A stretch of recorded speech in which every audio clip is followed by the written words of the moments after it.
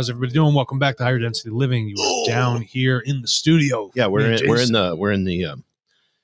the ghetto. I shit you not.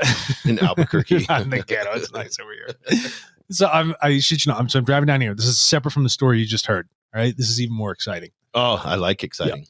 So you know how people drive around here. Oh yeah. You know how everyone's got the lifted trucks. I'm always telling Amanda, I'm like, why do they put such stupid thin tires on the lifted trucks? Right? The tire looks frail. Lo and behold, I'm driving down here. This guy's got this absolutely lifted, like early 2000s Ford F-250. Fucking tire, front right, explodes next to me. Next to you? Dude, explodes. The whole wheel. They're loud too. Dude, the whole wheel tilts in, snaps the, crap, what's that thing called? Stabilizer bar or whatever? Yeah, dude. The truck noses up and almost flips over its head. And then as it's things like all crushed in on the front rear wheel, he slams off and goes right into the Jersey barrier. Unreal. And you just like, he was fine. Yeah. He was just shocked. Yeah, I had that yesterday with I like when they come onto the freeway and then everybody slams. Oh, why not? It's the only thing to do. They slam their brakes when you're coming onto the freeway. Yeah. So I had that, and then a guy behind me, same scenario. He had like a 90s F-250. And you know how like they have no sway bars on them back in the day? Mm-hmm. He hits his brake and the whole thing goes, the truck is going like this back and forth. So then he tries to dodge me. Yeah. Because I'm in front of him. He tries to dodge me, but right on his side is a big semi truck. Because it was the two lanes going on 25 to 40. Mm-hmm. And he was like, I was like, I just need to I was like, oh, there's room up there. Let me just kind of go a little bit quicker. Absolutely pin the fucking car to get in front of you. But isn't it crazy? It's just like, it's a free for all. Here, the freeways are crazy. It's like Bangladesh. It's like Mumbai. Yeah, you wouldn't want to have mopeds here, though. No, that's the moped. At least there they can. Yeah, at least in like Thailand and all those places, they're used to. Everyone's got it. Yeah, it's crazy. Like 20cc thing banging around. Speaking of games. Games? This is what I want to talk about. You want to talk about games? Yeah. I want to talk about Raw mentioning a game. He talks about poker, which we'll talk about here in a second. Oh my gosh, I don't. Yeah, and then he says, "What is this? Wait a minute, hold on. What chapter is it? What book is this? This is hold on, 50.6. No, 50.7. He's talking about a game. He says this is the game. So Raw saying this. By the way, we say he. It's just as like they them. Yeah, it doesn't. Yeah, they them. They them collective consciousness, whatever it is. Whatever it is. Yeah, it's a collective consciousness of. It's a group of. Minds. Yeah, I was listening to Alan Watts. Remember that old dude from back in the day? He's like, privacy and individualism. He's like, what is that? Oh, Watts, you purist. I know. He's like, you old dog. If everybody knew everybody's thoughts, then it would be great. There would just be total forgiveness. But he goes, why is the individual wanting privacy? Why is the individual? He goes, who makes the individual? And he was talking about the ego, like wants the individual. We do countries based off of individualism, rugged individualism. We put stupid borders up. We have nothing. Entrepreneurship and all this stuff we've created. So this is the game, Raw says, to know, to accept, to forgive, to balance, and to open the self in love. This cannot be done without the forgetting, for it would carry no weight in the life of the mind, body, spirit being totality. So I kind of wanted to break this down, and we'll read more about the game, but I thought this was good. This is the game, because he summarizes it. I'm glad you talked about this. I just wrote about this last night. I want to say it's a diary. It's actually an Excel spreadsheet. Is it a journal that you do on Tartle? No, here's the problem. It's an issue when when you put your notes together in an Excel spreadsheet. Then you know where you came from. Well, I was watching, guys, I want you to know, I was watching Alexander maneuver a spreadsheet earlier, an Excel spreadsheet, and you're kind of a master at Excel. Do you know? I know nothing about Excel. I hate Excel. I can type into the cells. Yeah. But formulas and shit, I'm out on. Dude, but you do all that. You're like highlighting shit. I know. Moving shit around. Do you know they actually have like competitive spreadsheet making? Have you seen these guys online? It's like the new esports, but for like people that have failed out of Wall Street. Magnus Carter, whatever. Carlson. Magnus of Carlson. Excel, yeah, Excel. chess guy. Oh, no. Here's what I was writing about. Let me get back to my thought here. I always derail with you. I know. Like that guy today. He derailed right into the median. Oh, my God. Oh, it was so loud. It was Yeah. great. I don't want to even get hurt. It was just an exciting experience. Really not brighten the day up. I don't even know what I'm saying. Okay, we're talking about the game, right? We talk about knowing yourself, but there's an important factor that was mentioned here: the forgetting. Yeah. So this falls directly under this law of becoming and passing. Okay, this whole idea that we live as material beings, but we don't have an infinite amount of existence. The energy, the creation inside of us, that's an infinite thing. But we become and pass through these meat suits. Mm-hmm. Now, if you didn't have to do that, you'd never have to forgive anybody. You wouldn't have to give a shit. Mm-hmm. You really wouldn't be like, why do I need to learn anything if I'm immortal? It's like this classic, you look at the gods of Mount Olympus. Well, they're just hedonistic pigs. Yeah. Why? Because they live forever. Well, the movie on HBO, I mean, that TV show. What TV where the show? three guys, the Dawn, they live forever through cloning. What is that? The math thing? Foundation. Yeah, Foundation. Yeah. Right.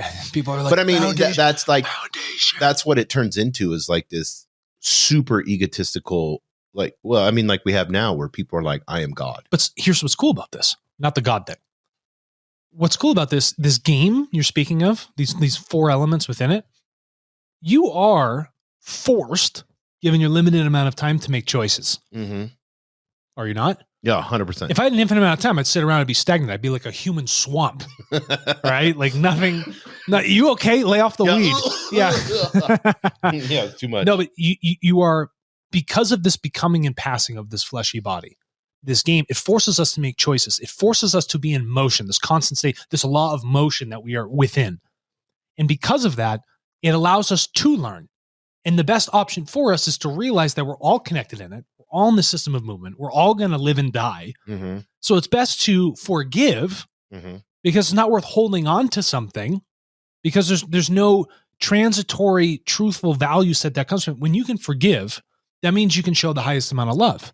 Yes. Yeah. 100%. Because you understand them and where they're coming from. You can't show love in an action if there's not forgiveness there. You can't do it. Because forgiveness is saying nothing was done. Yeah. It was actually nothing done. You didn't harm me. You it's didn't all do good. Anything. Yeah. But what you did do, you taught me something. Why? Because everything in this world forms itself from the inside out.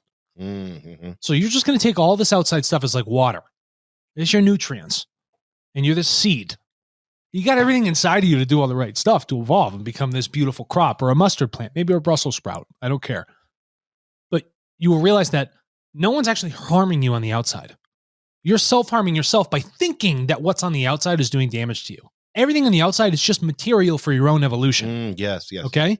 So understand that there's almost like a law. There's a law of the inner. There's a law of forms. That in order for you to grow, you have to have a previous form that sits there. It looks good. Just leave it. Yeah. You can see the blue. I like the blue. I need a black curtain. Then it would be. Eckhart Tolle said this. This is so good. Exactly what you're saying. All right, so we got a bridge. It fucked me up really bad for like the last 2 weeks. Okay. Every day I've been thinking about this. He said, "Who are you without your past?" Don't you ever ask me something like that ever again. Isn't that fucked up? Oh, it's wonderful. What a great question. I mean, it's like really, really good. It's like, who is Jason without his past? It forces you to go right into the present moment. I can't even. All right, you know what I am? Then it's like, oh, my identity. Oh, fuck. Yeah, and it's like, who I am. I'm like, I'm Alexander. Blah. You're exactly correct. You wipe that away. What are you left with? Who are you? I'm here.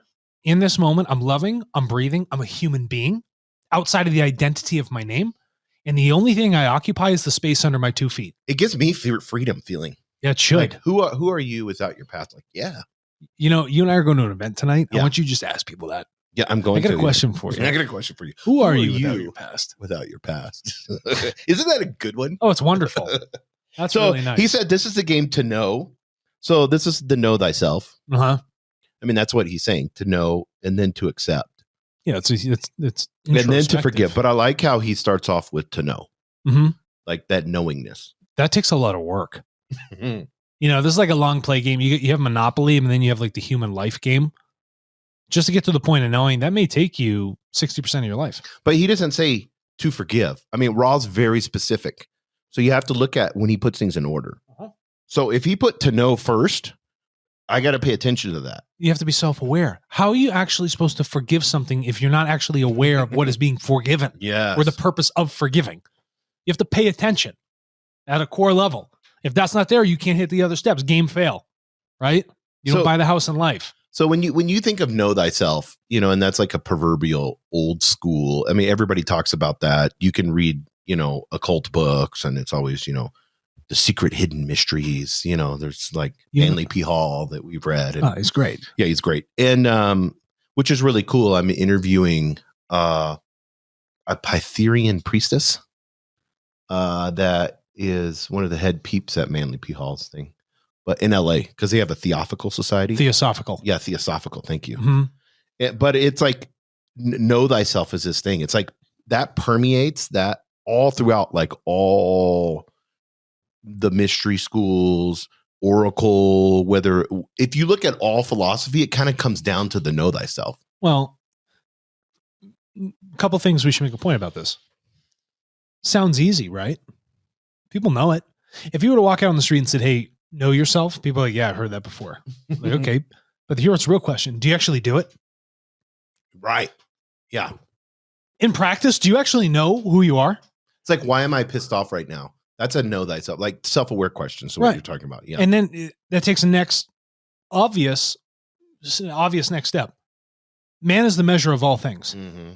Not that man is the creator of the universe, but man is an image of creation in and of itself.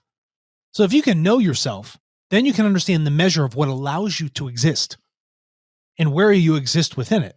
The measure is really important. That's a very important word. Super, super important, because you know at that point the maximum of your capacity in the physical and also in the non-physical.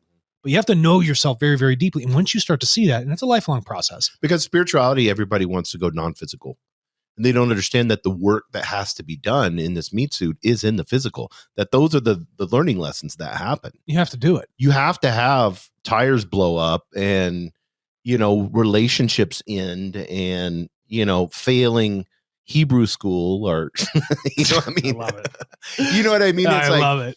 You have to have. How dare you tell everyone? Yeah, I know. You have to have these things implode, because that's the only way you know thyself. That's correct. I mean, that's the only, like you said earlier, the learning lesson. And it goes inward. But you can measure that then. Absolutely measurable. My dumb human brain can be like, ooh, that wasn't good. Bad. And this was, and I need to, how can I learn from this? Me bad, Jason. Me do good next time. Yeah, exactly. It's exactly that.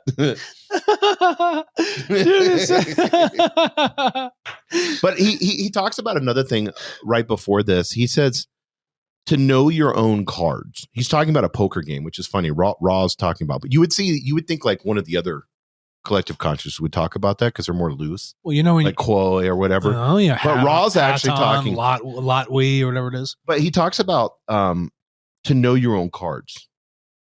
Like if you know he said, if you know your own cards, you may begin to find the love within you. Okay. So let me, because this is part of the know thyself. Know your own cards. I want to have an example here for those of you who are watching. Okay. So say it's a poker game, right? Mm-hmm. I like this metaphor. Do you know what cards I'm holding? No, I can't see them. But you know I'm holding cards. Mm-hmm. But you have no concept. Mm-mm. But I know. Mm-hmm. Only I know. But there is an event during this game. I could put these things down and show you what I'm holding. Yes. The question is, when you know what you're holding, is it worth it for you to expose that and expose your true self? Because what you're doing in that game is you're taking the risk. Mm-hmm. How are people going to interact with me when I lay my hand down? When I show you exactly who I am, when I bear all, and I'm not talking about like opening up a trench coat, when I bear all about who I am, my character, speak truthfully, that opens myself up to a lot of things that could be painful for me. Well, it's like going to a nudist colony. That would be weird. It would be weird. For a lot of people. Like clothes are a big thing. Clothes are a big thing. And one of these things is that, but I'm holding that. But when I show my hand, I already know it. But to put it down and play it out, now I'm playing the game. That's so because good. Here's the personality I have developed into. What am I going to do to use that, my cards, to win the hand of life? Mm-hmm. The learning catalyst. What can I be taught now that I'm putting it all down and I'm exposing myself to creation, right? What's going to happen? Mm-hmm. Your interactions are going to be totally different. Yes. And then you're going to be like, oh, that's really painful. Then you're like, oh, actually, it's not too bad. Oh, actually, I feel a lot better about showing my cards. Mm-hmm. All right, go ahead. That's my metaphor. Well, and then he goes in and he talks about the cards. He says the cards are love, dislike, limitation, unhappiness, pleasure, etc. They are dealt and redealt continuously. Constantly. You're always in a phase state. Yes. You're always changing. But you seek equilibrium. But these asymmetries through our choice, through these distortions we obviously make through our free will, through our choice making, we have to rebalance that. Why? Because if I say something, that's going to come back to me. There's an energy associated with it. Then I have to rebalance the new catalyst. Mm-hmm. So it's always constantly changing. I feel good. I feel bad. I'm like this, I'm that. And it's like, how do you find that positive neutral equalization? And I mean that in a sense where you have deference towards yourself, towards others. You're equalizing the energy that comes to you, but you're positive in the sense that you're evolving or striving to go forward.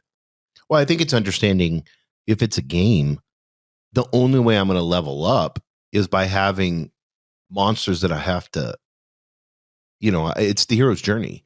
Like that's the only way I'm going to be able to learn. Like I need polarity to learn. Do you think Joseph Campbell was like tapped into something? Oh, 100%. When he came up with like the hero's I've been journey. reading more and more of his stuff. It's crazy. But Raw goes in time space and then talks about the true color green density. Whoa. Which we've gone into that and this, fourth density. Just light up my blunt. Sorry. Oh, perfect. Yeah. The hands are, he says, in time space and in the true color green density, the hands of all are open to the eye.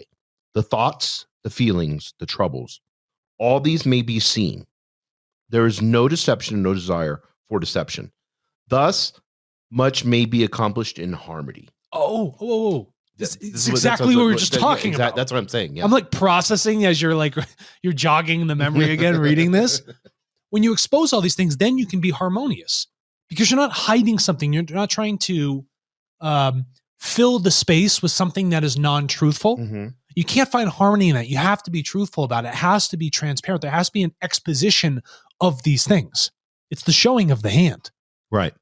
And I think once you begin to show the hand, begin to lay the hand, then we go from the knowing to the next part. He said, this is the game. So he outlines the game to know and then to accept. That's a hard part. That's the hard part. That's the part that we face. I mean, that's the part, like for me, it's like, why must I accept this right now? Fuck this. And then my ego wants to take over and say, how can I change this? But you don't have the power to change some of those things. Exactly. But people say, if I affirm myself, I can move mountains. Well, think about it for a little bit. I'm not horrendous looking. Mm-hmm. Okay. But some people are born that are truly like disfortunate looking. Oh yeah. 100%. Yeah. You can't change that. Imagine just like having to be like, okay, I accept.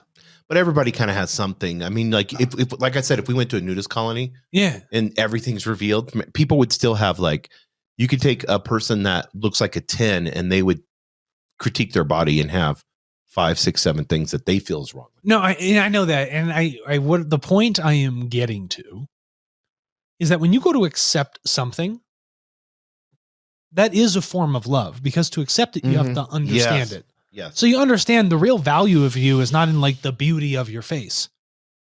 It's in the character, the ratio, the way you interact and engage with other human beings, flora, fauna, the planet, your thought patterns. That's the beauty.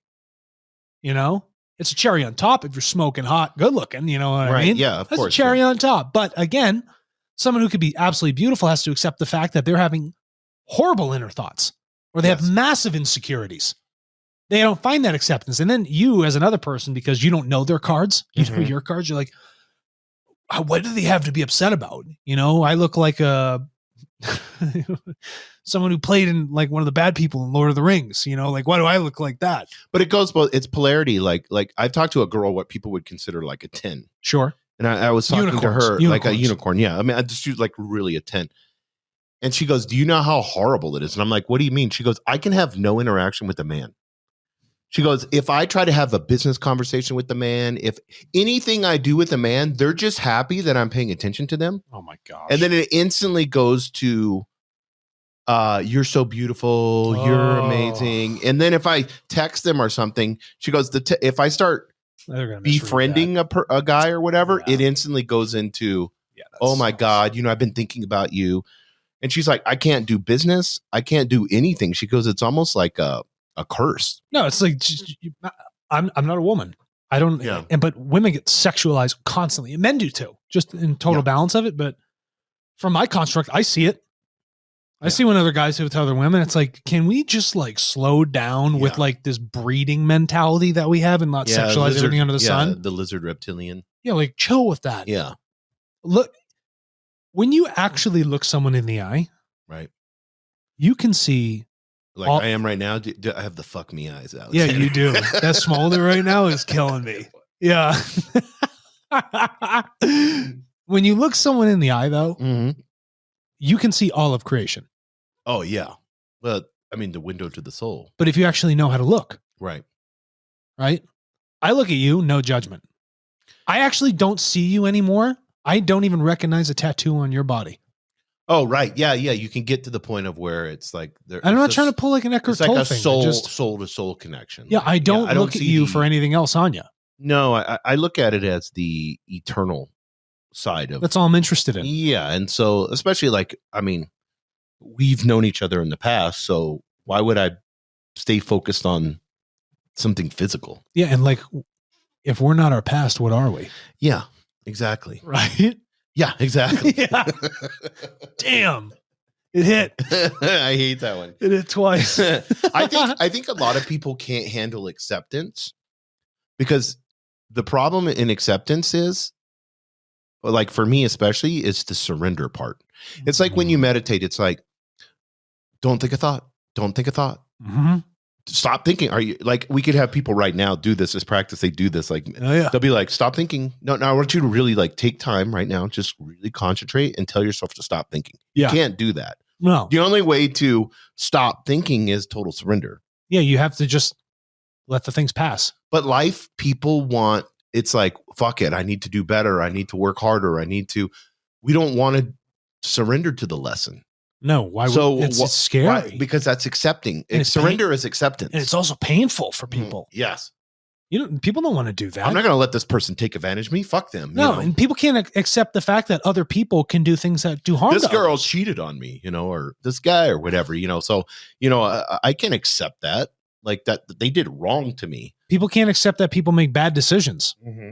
It's like the free will element is so key here. Oh, this is where I wanted to go. Oh, where did you want to go then? No, to the acceptance, surrendering. And this goes into the next part, forgiveness, but I want to stay with the acceptance before we get into forgiveness. If you understand this law of free will. Yeah, I'm going to look something up because I want. Yeah, no problem. If you understand the law of free will, it's going to make it a lot easier to accept things. One, you have the free will to accept or not to. But then you start to do the recognition that from the outside, other people making decisions under their own free will, accept them for their ability to do that. Don't hate them for their choices. Still show them love, even if it's something you vehemently are opposed to. Because, Jason, you would not want someone taking away your free will, your ability to make choices, would you? No. Do you agree with what other people do in the outside world all the time? No, of course not. But that's my limited perception based off of my past once again. I know. And here's another question. Like the girl, it's like, oh, this is perfect. She's learned a lesson or she's learning a lesson and I can be for her because she didn't do anything to me. I can be for her in her learning this lesson. That's all you have to do. Because I'm having lessons. You're just walking around. It's like Jesus said, he who without sin cast the first stone. Because they were wanting to kill that prostitute all the time. And no one could pick up a stone then because it's like, we're all kind of fucked up. I'm pretty sure I saw her last week. Yeah. Did that joke just go over your head? I heard it. Yeah. Oh, okay. I was just like. Funny to me, Alex, you idiot. Well, that was the thing. Like Jesus had a stick and he was writing things in the sand. And some scholars think that he was writing like to the Pharisees because some scholars think that they were trying to get rid of her because they had been having sex with her. And so Jesus was revealing like maybe a location or what they did. Because he had a stick in that said the Bible, it said that he was writing in the sand. Love that. So people are like, no, we got to get rid of like people would do. We got to get rid of the evidence. Let's get rid of this, and then their view on women back then was archaic. I don't even think they had a view. No.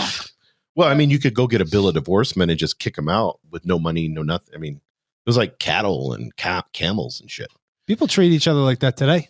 It's still the same. And Nothing's then changed. everybody's getting all pumped up over like the whole thing that's happening. I'm like, I will not support. What's happening? I will not support any. Here's my rule, and this is a really good one. I like this. Two rules I have for any country, whether I'm going to be supportive of a country or whatever. Mm-hmm. Number one is, what's the women's rights? Does your religion go against women's rights? Like the fundamentalist Christians here in America, how they think, a woman's less than. You go to some of the sects, the Islamic sects that are fundamentalist, and women have to be like this, this. They have to be like this. They can't even like show their nose or lips or anything. Nothing. Save the beauty for the men. But my biggest one, and I heard this a long time ago, I think Joe Rogan actually said this, which who cares about if you agree, disagree with him. But I love this. He says, I look at a country as if you could have a gay pride parade in the middle of Main Street. Okay. If you can't do that, then that country is like, like think about that. I think we got a pretty good list then. Yeah, we could go through the map right now. I'm looking but at people the map. are being all supportive of countries, and I'm like, whether it's we need to look at it, and yes, we should have forgiveness and we should have love, but at the same time, we can't condone actions like that. No, Canada taking people that choose to be gay, who cares? It's not even a big deal. It's just a sexual preference. And storming off buildings. It happens in nature normally. Or not letting women drive. What the fuck is that? I don't even know. I mean, we have a lot of people from all around the world listen to this podcast. And I'm telling you right now, if you're a part of a religion, or part of a sect, or it's really a cult, and you don't believe that there's polarity with male, and there's no difference. No, you know what's the meat suit, there's no difference. Can I ask you There's feminine and masculine. It's so simple. How does someone put a woman less? Yes. First, all right, hold on. Right. How does a man put a woman as less than him when the man wouldn't exist if it wasn't for the woman birthing him? 100%. Oh my gosh. Well, you go through history and you look. Oh my women gosh. were the oracles. Women were the wisdom, the grandmas that were in the tribe that old men could do nothing. They couldn't hunt. They couldn't reproduce. So get rid of the old guys. Amazons. But the women had like tons of wisdom. And I mean, Alexander the Great, who did he go see? Women. Julius Caesar. Yep. The list goes on and on. Yeah. All the time. It's been nonstop. Yeah. So creation had a big bang, right? Yeah, I don't understand this. So this world has been controlled by masculine penises, and it needs to be balanced. They're like obelisk crazy. Yeah. I don't understand. If you're in a religion and it's women less than, get out. Like throw up the deuces. Or if they're against, like, oh my God, you can't have homosexuality. Like, get out. He's like, but I was just watching. He's like, I was just watching some lesbian porn last night. And it was pretty good, but you can't have homosexuality. Yeah, it's like that's leave. That's ridiculous. Yeah. So let's get into forgiveness. And I like A Course in Miracles. I want you to after I read it. Okay. Spit it out. Sometimes my programming just goes. You're like C-3PO, So A Course in Miracles, I love their definition of forgiveness. Forgiveness recognizes what you thought your brother did to you has not occurred. That's so good, isn't it? It's great. It does not pardon sins. They use like terminology. It does not pardon sins and make them real. It sees there was no sin. And in that view are all your sins forgiven. What is sin except a false idea about God? Forgiveness merely sees its falsity and therefore lets it go.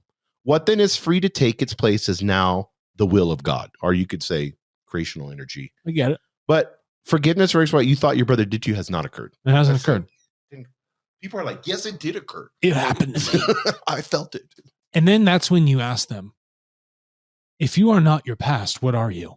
I know. Well, they say this. What? An unforgiving thought is one which makes a judgment that it will not raise to doubt, although it is not true. The mind is closed and will not be released. It's not true. You should never, ever, ever, ever, ever not speak the truth.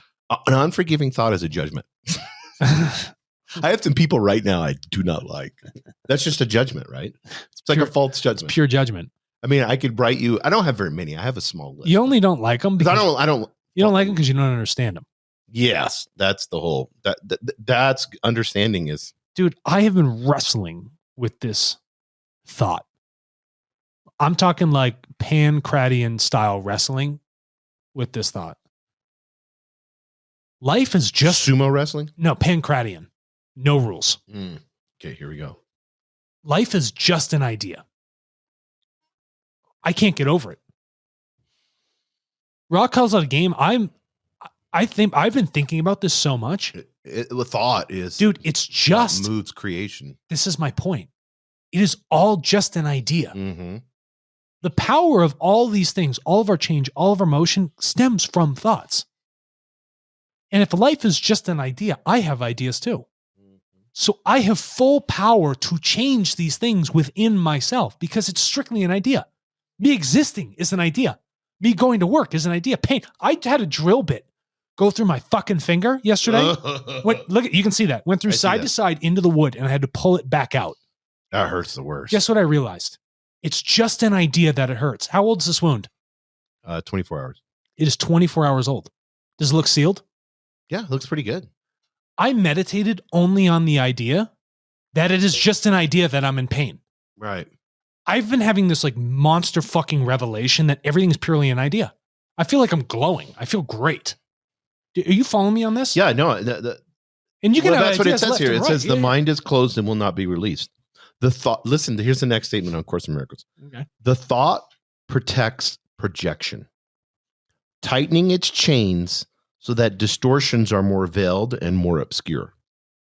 You want to know why? And you tie this in with raw, it's like goes hand in hand. Yeah, you can have this gravity well of bad thoughts and you get in this dark, murky place and you're like trying to look around like, oh my God, where do I go? I can't navigate this. My world's so fucked up. I'm so depressed. Think about the idea. There is an idea of depression. Why is it there? It's just an idea. It's just a fucking idea. It's an addiction of thought. It's like you're obsessing. Dude, addictions are obsessing. This is my point.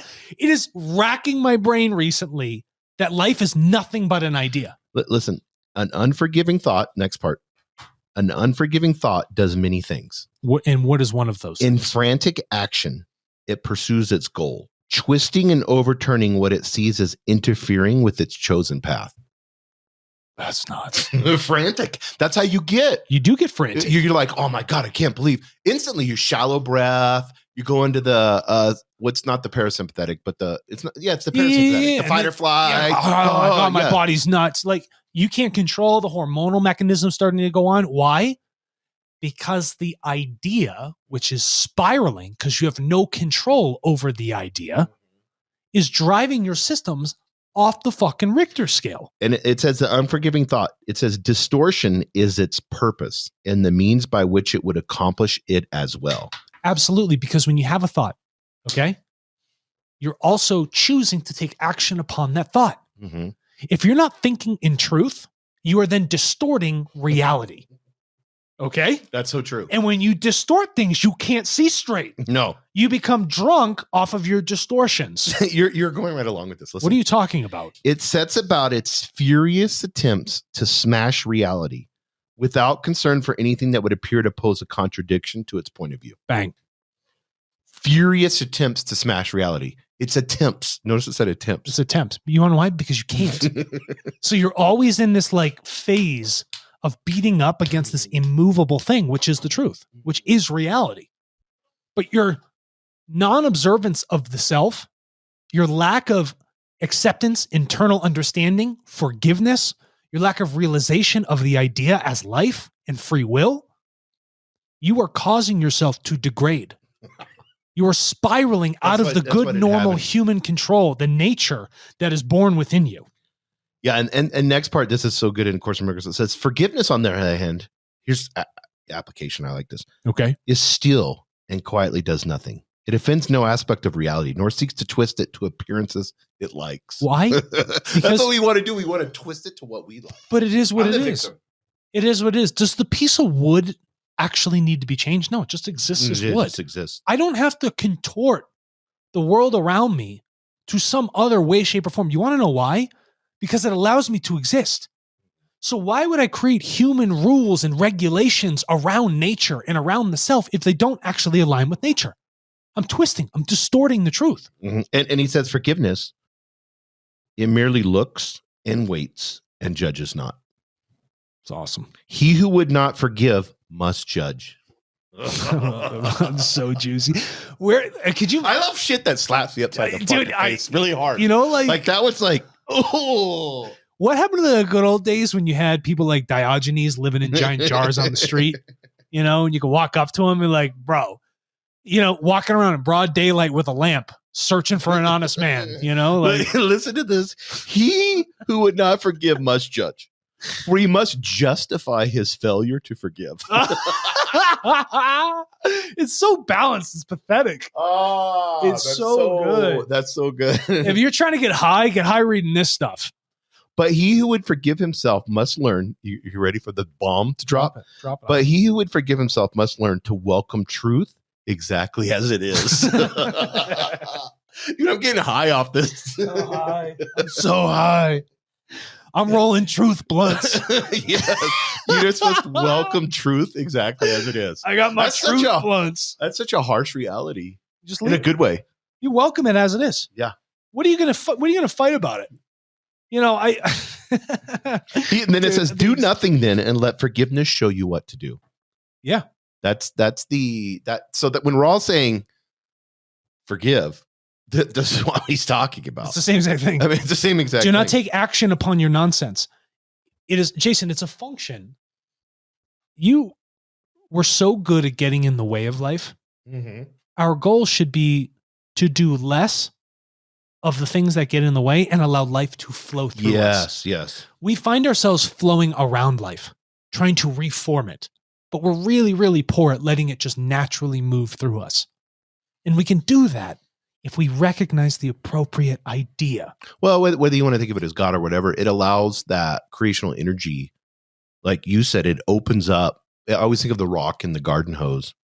You know, it moves that when that rock's gone, then that energy is allowed to flow. Yeah. And then whether we want to call it a miracle or whatever, miracles begin to happen for simplicity. Great things just unfold. Because you have eternal energy flowing.